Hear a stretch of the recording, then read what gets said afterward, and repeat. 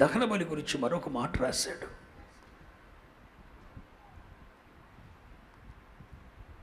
లేవియాకాండం 2వ అధ్యాయం 2వ వచనంలో ఆఖరి మాట, యెహోవాకు ఇంపైన సువాసన కలిగిన హోమముగా బలిపీఠం మీద అందులో ఒక భాగమును జ్ఞాపకార్థముగా దహింపవలెను. అంటే ఇది నిత్యము జ్ఞాపకం, చెప్పండి, జ్ఞాపకం ఉంచుకోవాల్సింది. ఇది నువ్వు దహన బలి నర్పించిన ప్రతిసారి నీకు గుర్తు రావాల్సింది ఏంటి? నైవేద్యం. జ్ఞాపకార్థముగా దాన్ని దహించాలి. ఆ మాట ఈ అధ్యాయంలో ఎన్నిసార్లు ఉందో చూడండి ఒకసారి. అదే 2వ అధ్యాయం 9వ వచనం చూడండి. అప్పుడు యాజకుడు ఆ నైవేద్యములో ఒక భాగమును జ్ఞాపకార్థముగా తీసి బలిపీఠం మీద యెహోవాకు ఇంపైన సువాసన గల హోమముగా దాన్ని దహింప. 2వ అధ్యాయం 16వ వచనం చూడండి. అందులో జ్ఞాపకార్థమైన భాగమును అనగా విసిరిన ధాన్యంలో కొంతయు నూనెలో కొంతయు దాని సాంబ్రాణి అంతయు యాజకుడు దహింప. స్తోత్రం చెప్పండి, హల్లెలూయా. అంటే నైవేద్యములో జ్ఞాపకార్థమైన భాగం ఒకటి ఉంది. ఏంటి జ్ఞాపకార్థం అంటే? ఖచ్చితంగా గుర్తుంచుకోవలసింది ఏంటి? నైవేద్య బలి. నైవేద్య బలి అర్పించేటప్పుడు ఖచ్చితంగా ఒక భాగాన్ని జ్ఞాపకం చేసుకోవాలి. ఏదో ఒక భాగాన్ని మనకు గుర్తు చేసేది ఏంటి? మాట్లాడాలి.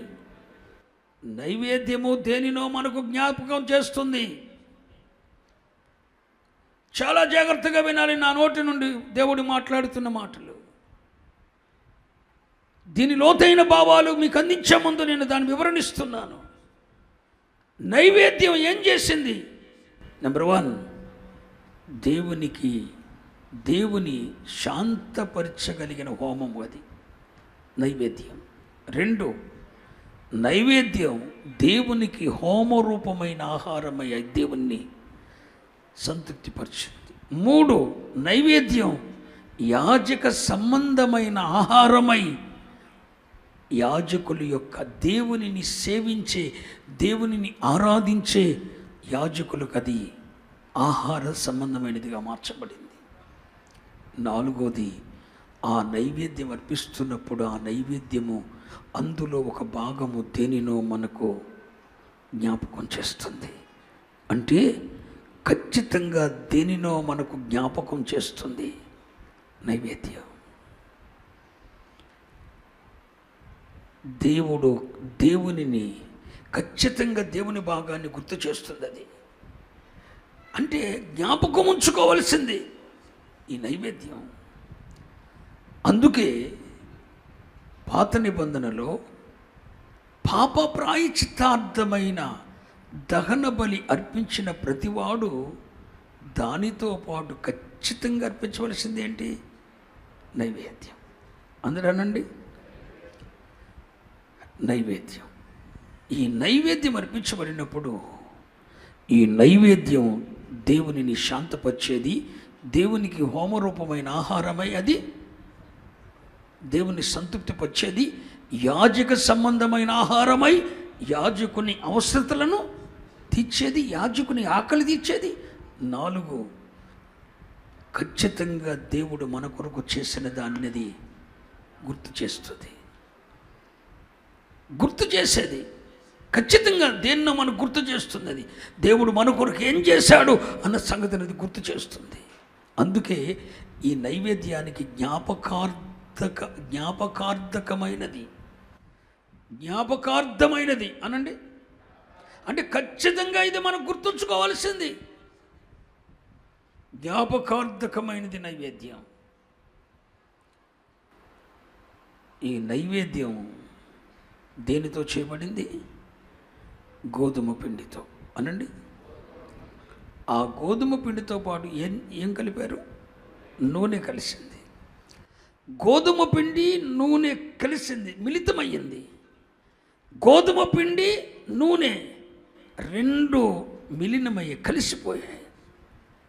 దానికి తగినంత ఉప్పు చేర్చబడింది. సాంబ్రానంతా కూడా నొప్పుల మీద వేయబడింది, పరిమళ వాసన మీద చల్లింది.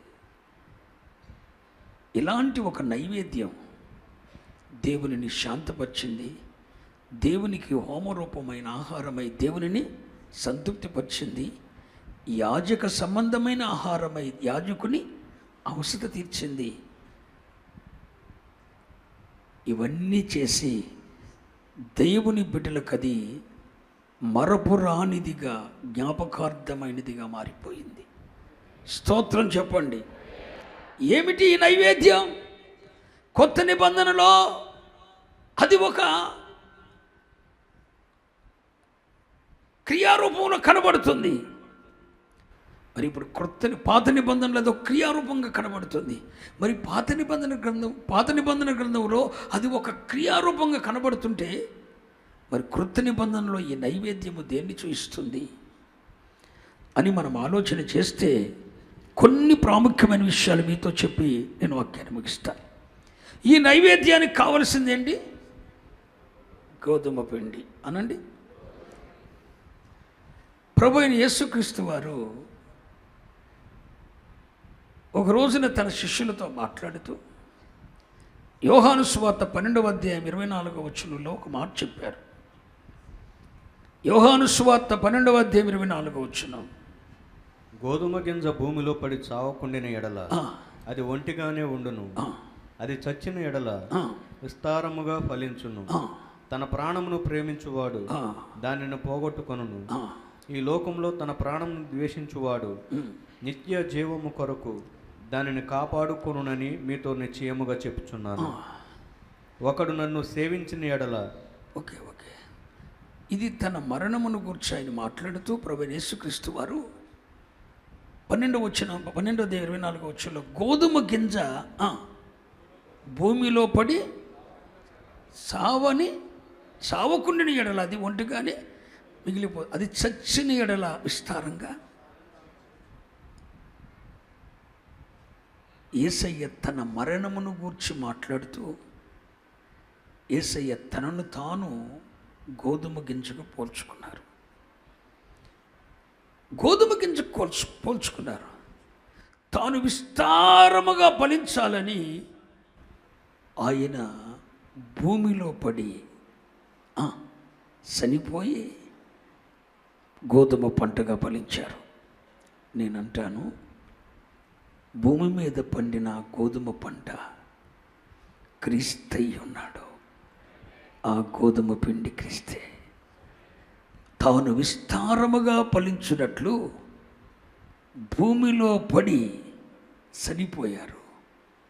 చనిపోయి భూమి మీద దేవుని కొరకైన ఆకలి తీర్చగలిగిన, దేవునిని సంతృప్తిపరచగలిగిన ఆహారముగా మారటానికి తానే నైవేద్యముగా మారి దేవునిని శాంతపరచటానికి, దేవునిని సమాధానపరచటానికి, దేవునిని నెమ్మదింప చేయటానికి,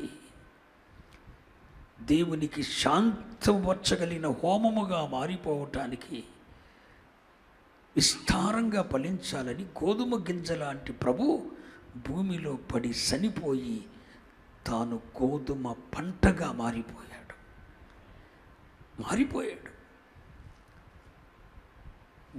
భూమి మీద ఆయన గోధుమ పంటగా మారిపోయాడండి. మీరు ఎప్పుడైనా యెషయా గ్రంథం 53వ అధ్యాయం 2వ వచనం చూసారా?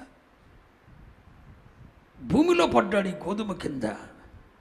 యెషయా గ్రంథం 53వ అధ్యాయం 2వ వచనం చూడండి. లేత మొక్కవలెను. అదుగో భూమిలో పడిన ఆయన ఒక లేత మొక్కవలెను. ఎండిన భూమిలో, అదుగో ఎండిన భూమిలో ఒక లేత మొక్కవలే పెరిగి, గోధుమ గింజ లాంటి ప్రభు అయిన యేసుక్రీస్తు ఎండిన భూమిలో లేత మొక్కవలే పెరిగి గోధుమ పంటగా ఫలించాడు. స్తోత్రం. గోధుమ పంటగా ఫలించాడు. ఫలించిన ప్రభు యెషయా గ్రంథం 53వ అధ్యాయము 10వ వచనం ప్రకారం మానవ పాప ప్రాయశ్చిత్తార్థమై తండ్రి చేత అపరాధ పాప పరిహారార్థ బలి కొరకైన యజ్ఞము చేస్తూ ఉండగా శ్రమలతో నలగగొట్టబడ్డాడు. యెషయా గ్రంథం 53వ అధ్యాయము 10వ వచనం. అతని నలగగొట్టుటకు యెహోవాకు ఇష్టమాయెను. ఆ గోధుమ పంట లాంటి ప్రభుని నలగగొట్టాడు. ఎందుకంటే అపరాధ పాప పరిహారార్థ బలి నిమిత్తమై యేసయ్యను తండ్రి శ్రమలతో, కష్టాలతో, ప్రతికూలతలతో, అవమానాలతో, ఒక పాపమునకు తగిన శిక్షతో యేసయ్యను నలగగొట్టాడు. అతన్ని నలగగొట్టుటకు తండ్రికి ఇష్టమాయను. ఇప్పుడు ఆ గోధుమ గింజ భూమిలో పడి గోధుమ లేత మొక్క వలె పెరిగి విస్తారంగా ఫలించి ఆ గోధుమ పంట అయిన ప్రభువైన యేసుక్రీస్తు శ్రమలతో, ప్రతికూలతలతో నలగగొట్టబడి మెత్తని పిండిగా మార్చబడ్డాడు. స్తోత్రం చెప్పండి. హల్లెలూయా.